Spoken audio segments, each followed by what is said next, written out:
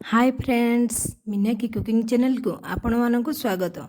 आज आम मिक्स करी बनैबा जहाँ खाइबा बहुत टेस्टी। थरे बनातु बारंबार बनैकी आपण मैंने खाइबा चाहिए। तो आम प्रथमे कटी पोटल, फूलकोबी, आलू, पनीर को नहींचे। कटी पोटल को काटिकी भल भाव भाजीदेवा। भाजी सारा पर आम फूलकोबी की भाजवा। फूलकोबी भाजी सारा पर आम आलू को सिझेबा। आलू सिझेकी ताकू चोपा छड़ेकी रखा। छोट आलू नहीं से सिझेकी मु चोपा बाहर कर देछि। आपण मैंने बड़ आलू नेले ताकू काटिकी भाजिकी नेबे। भाजिकी नेबा द्वारा टेस्ट भल आसी थाए। एथर मसला को जोगाड़ देबा। मसला रे मु जीरा, धनिया, बड़ अलैच, डालचीनी, सुखिला लंका, काजू, टमाटो को नहींची। आकु भल भाव पेस्ट करी बाटिदेबा। पूरा चिकन करी पेस्ट करी बाटिबे। बाटिबा द्वारा टेक्सचर भल आसी थाए और ग्रेवी भी पूरा थिकनेस आसी थाए। तो आम देखंतु फूलकोबी को बाहर करदेले पूरा ब्राउन हो जाइए। एमती ब्राउन करी भाजिकी बाहर करेंगे जहाँद्वारा तार कंचा अंश पड़े थाए और टेस्ट भल लगी थाए। एबे आम मसला को ये भाजवा। तो एथिरे आम तेजपत्र, जीरा, फुटण देबा। फुटण फुटी आसले आम से चीनी टिके देबा। चीनी देबा द्वारा कलर भल आसी थाए, टेस्ट भी भल आसी थाए। देखो मु अल्प नहीं कलर आसीगला। एथर आम से मसला पकईदेबा। मसला पकईकी भाजवा। भाजवा समय आम से हलदी गुंड, काश्मीरी लंका गुंड को देबा। देबा द्वारा कलर भल आसी थाए, टेस्ट भी भल लगी थाए। देखंतु ताकू भाजुची मु भल भाव भाजी सारा पर आमर भजा होता कटी पोटल, आलू, फूलकोबी को पकेबा।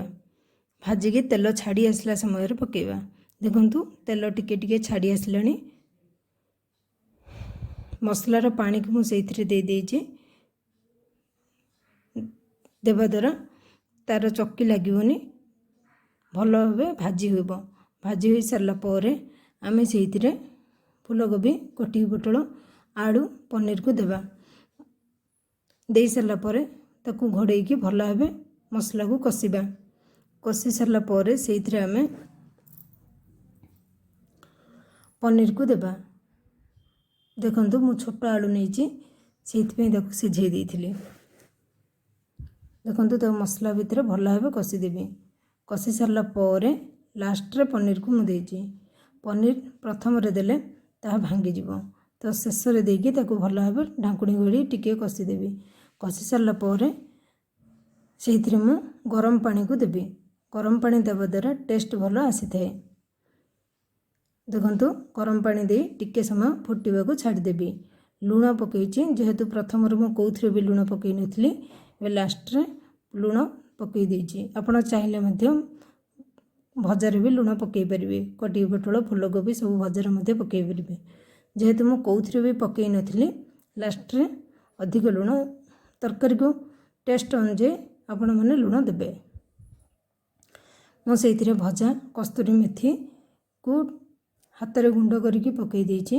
आउ किछि गरम मसला गुंड को पकई देइछि। देखंतु हमर एथरा हमर तरकारी रेडी हो जाइछि। याकू आपण रुटी, नान, परोटा, भात सहित मध्य खाई परिबे। बिना पियाज रसुन रे एते टेस्टी तरकारी होइछि। आपण माने थरे बनांतु, खांतु। केमिति लागिला कमेंट रे कहंतु। प्लीज लाइक, शेयर, सब्सक्राइब करंतु।